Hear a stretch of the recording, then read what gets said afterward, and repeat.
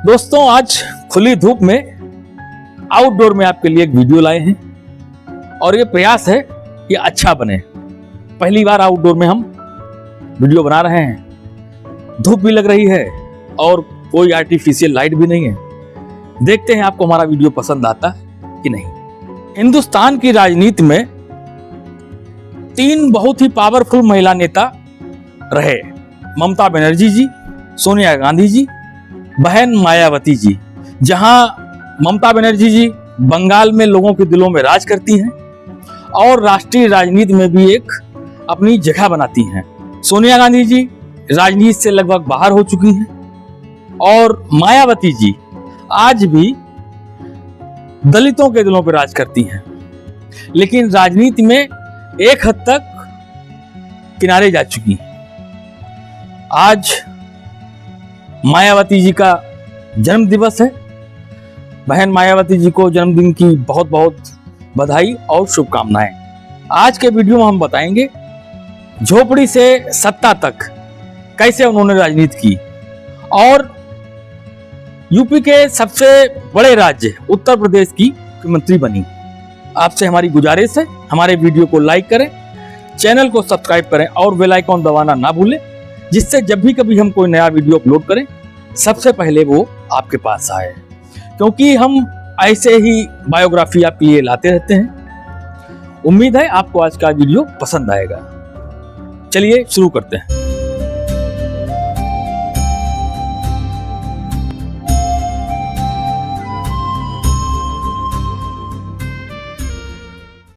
दलित राजनीति की सबसे बड़ी और मजबूत आवाज मायावती। भारत के लोकतंत्र में अगर किसी महिला ने कमजोर शब्द को सबसे ज्यादा चुनौती दी तो वो नाम है बहन मायावती।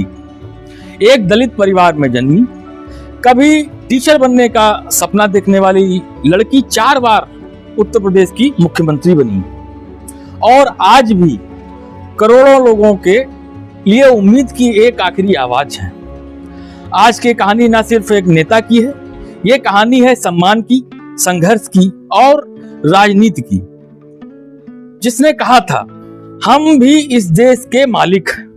बहन मायावती जी का जन्म 15 जनवरी 1956 दिल्ली के कल्याणपुरी इलाके में हुआ था। उनका परिवार बेहद साधारण था। पिता प्रभुदयाल डाक विभाग में एक मामूली से कर्मचारी थे। मां रामरती एक गृहिणी थी, लेकिन मजबूत इच्छा शक्ति वाली महिला थी। घर में पैसा कम था, लेकिन अनुशासन, शिक्षा और आत्मसम्मान भरपूर था। मायावती बचपन से ही शांत, कम बोलने वाली, लेकिन गहराई से सोचने वाली बच्ची थी। वो जानती थी कि इस देश में जन्म से नहीं, संघर्ष से पहचान बनती है। मायावती जी पढ़ाई में तेज थी। उन्होंने दिल्ली यूनिवर्सिटी से बीए, बीएड और एलएलबी की पढ़ाई की। उनका सपना था आईएएस अफसर बनने का। वो सरकारी सेवा में जाकर समाज के लिए कुछ करना चाहती थी, लेकिन किस्मत उन्हें कहीं और ले जाने वाली थी। वो मुलाकात जिसने इतिहास बदल दिया, मान्यवर काशीराम से उनकी मुलाकात साल 1977। यहीं से बहन मायावती की जिंदगी एक मोड़ लेती है। उनकी मुलाकात होती है मान्यवर काशीराम जी से। काशीराम जी सिर्फ नेता नहीं थे, एक विचार थे, एक आंदोलन थे। उन्होंने मायावती जी से कहा कि आईएएस बनने से सिस्टम नहीं बदलेगा, सिस्टम बदलने के लिए राजनीति में आना पड़ेगा।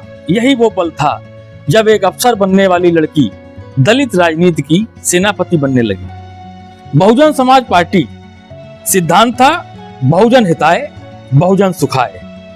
दलित, पिछड़े, आदिवासी और वंचित वर्ग सब एक साथ मायावती जी ने अपनी जिंदगी इसी विचार को समर्पित कर दी। उनका पहला चुनाव था 1984 लोकसभा चुनाव। हार हुई, लेकिन मायावती टूटी नहीं, क्योंकि उन्हें पता था पहली हार ही आखिरी जीत की नींव होती है। संसद से मुख्यमंत्री का सफर एक ऐतिहासिक सफर है। मायावती 1989 में पहली बार लोकसभा सांसद बनी। उनकी भाषा सीधी थी, आवाज कठोर थी, लेकिन मुद्दे दमदार थे। उन्होंने संसद में कहा था कि दलित अब वोट बैंक नहीं है, सत्ता के दावेदार हैं। साल 1995 उत्तर प्रदेश की राजनीति हिल जाती है। बहन मायावती उत्तर प्रदेश की पहली दलित महिला मुख्यमंत्री बनती है। यह सिर्फ सरकार नहीं थी, ये इतिहास था। हालांकि सरकार ज्यादा दिन नहीं चली, लेकिन संदेश साफ था, अब सत्ता एक तरफा नहीं रहेगी।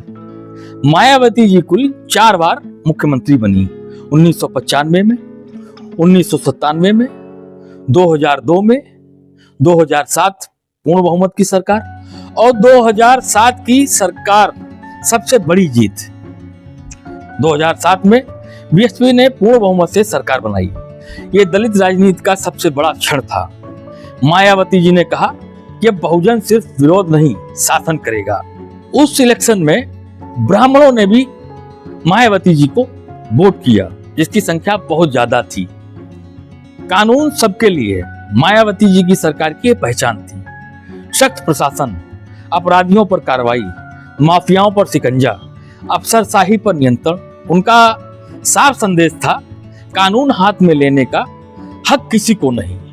उनकी आलोचना भी हुई, उन्हें तानाशाह कहा गया, अहंकारी कहा गया, लेकिन समर्थक कहते हैं कमजोर समाज को मजबूत हाथ चाहिए। साल 2002-2003 कुंडा प्रतापगढ़, एक पुलिस अधिकारी पर हमला, सरकारी संपत्ति को नुकसान और प्रशासन का अपमान। मायावती जी भड़क उठी, अगर आज नहीं रोका तो और राजा बन जाएगा। बहन मायावती का बड़ा फैसला। मायावती जी ने वो किया जो यूपी की राजनीति में पहले कभी नहीं हुआ। राजा भैया को गिरफ्तार करने का आदेश, कोटा जैसे सख्त कानून लगाए, सरकारी मशीनरी पूरी ताकत से झोंकी गई, पूरा प्रदेश सन्न रह गया।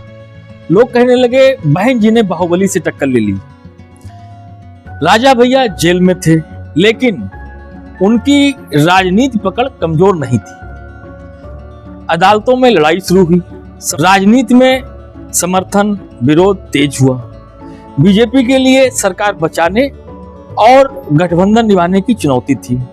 कुछ महीनों बाद सरकार गिरती है, मायावती जी मुख्यमंत्री पद से हटती हैं, राजा भैया जेल से बाहर आते हैं और राजनीति में एक संदेश जाता है, सत्ता बदलती है, दबदबे की राजनीति चलती रहती है। मायावती सरकार का सबसे विवादित पहलू एक था स्मारक और मूर्तियां। डॉक्टर अंबेडकर, मान्यवर काशीराम, बहुजन महापुरुष, इनकी उन्होंने मूर्तियां लगवाई। आलोचकों ने कहा कि पैसे की बर्बादी। मायावती का जवाब था, जब दूसरों के महल इतिहास हैं तो बहुजन के स्मारक भ्रष्टाचार कैसे? ये बहस आज भी जारी है। अकेलापन और समर्पण। बहन मायावती ने शादी नहीं की।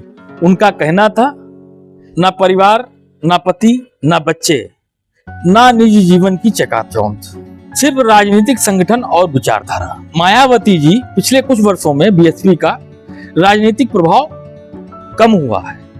नई पीढ़ी, नई राजनीति और बदले समीकरण, लेकिन सवाल अब भी जिंदा है। क्या मायावती का दौर खत्म हो गया या वो फिर वापसी की तैयारी में है? इतिहास मायावती को कैसे याद करेगा?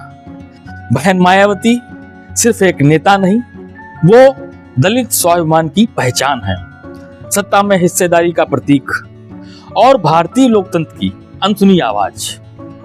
इतिहास उन्हें याद रखेगा उस महिला के रूप में जिसने कहा, हम सिर्फ नीचे नहीं, हम सत्ता के शिखर तक जाएंगे। तो ये थी हमारी मायावती जी पे एक छोटी सी स्टोरी। अगर आपको ये कहानी पसंद आई है तो वीडियो को लाइक करें और हमारे चैनल पथवे को सब्सक्राइब करना ना भूलें और कमेंट में बताएं बहन मायावती नेता, आंदोलन या इतिहास है। मिलेंगे एक नए वीडियो के साथ, किसी नई हस्ती के साथ। तब तक आप ऐसे ही मुस्कुराते रहें और कहानियों का आनंद लेते रहें। मिलेंगे एक नए वीडियो के साथ। जय हिंद, जय सिया राम, वंदे मातरम।